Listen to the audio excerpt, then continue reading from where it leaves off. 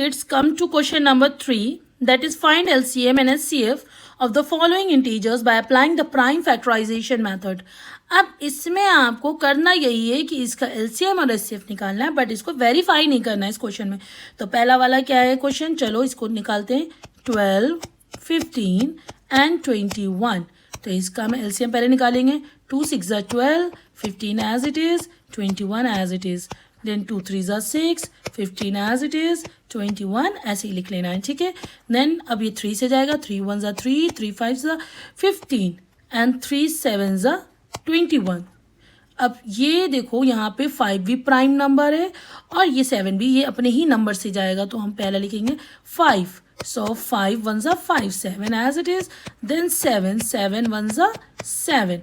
तो यहाँ पर हमारा जो LCM निकलेगा वो क्या निकलेगा, 2 into 2 into 3 into 5 into 7. तो इसका मल्टीप्लाई कर लेते हैं. 2 2s are 4, 4 3s are 12 and 12 into 5 into 7. 12 5s are 60, 60 into 7 and 7 6 are 42. तो इसका आंसर LCM क्या आएगा, 420. अब इसका HCF निकाल लेते हैं. तो पहले 12, सेकेंड 15, देन आपका 21. ठीक है. अब इसका HCF निकाल ले 2 से. 2 6 are 12, 2 3 are 6, 3 1 are 3, 3 5 are 15, 5 1 are 5, 3 7 are 21, 7 1 are 7. अब लिख लेते हैं इसका फैक्टर क्या है, 2 इंटू 2 इंटू 3. इसका फैक्टर क्या है, 3 इंटू 5. इसका फैक्टर क्या है, 3 इंटू 7. सो अब हम HCF निकालेंगे. तो HCF आएगा, इसमें देखो 3 है, इसमें भी 3 है, इसमें भी 3 है. सो HCF is 3 and LCM is 420. ठीक है. आई होप सो ये आपको अच्छे से क्लियर हो गया होगा. ये था आपका पार्ट 1. अब पार्ट 2 देखते हैं. 17 23 एंड 29. 17 23 एंड 29. चलो LCM निकाल रहे हैं. ठीक है. 17 is a prime number, so 17 ones are 17. 23 as it is, 29 as it is. 23 is also a prime number, so 23 ones are 23. Then 29 is also a prime number, then 29 ones are 29.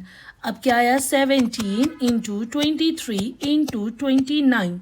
Apply कर देते हैं. 17 into 23 होगा तो ये आ जाएगा 391 into 29.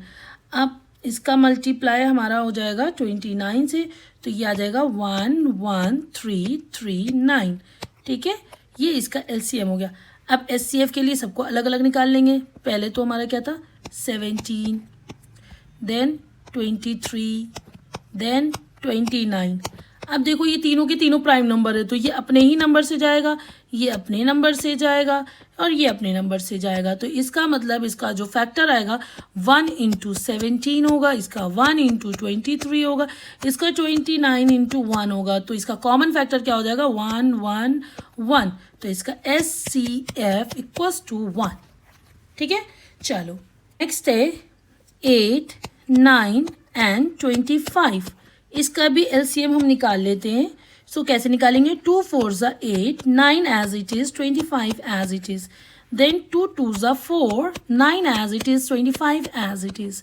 Then 2 1s are 2, then 9 same, 25 same. Now comes to 3 का table से. 3 3s are 9 and 25 as it is. Then 3 के टेबल से अगेन 3 1s are 3, 25 ऐसे ही लिख देंगे. फिर आएगा 5 का table. So 5 5s are 25, then 5 से अगेन तो 5 1s are 5. सो इसका LCM क्या हो जाएगा, 1 2 3, 2 की पावर 3 इंटू 1 2, 3 की पावर 2 इंटू 5 की पावर 2. अब इसका मल्टीप्लाई कर देंगे. 2 का पावर 3 है तो 2 2s are 4, 4 2s are 8, 8 into 3 3s are 9 into 25. Same ही आया है.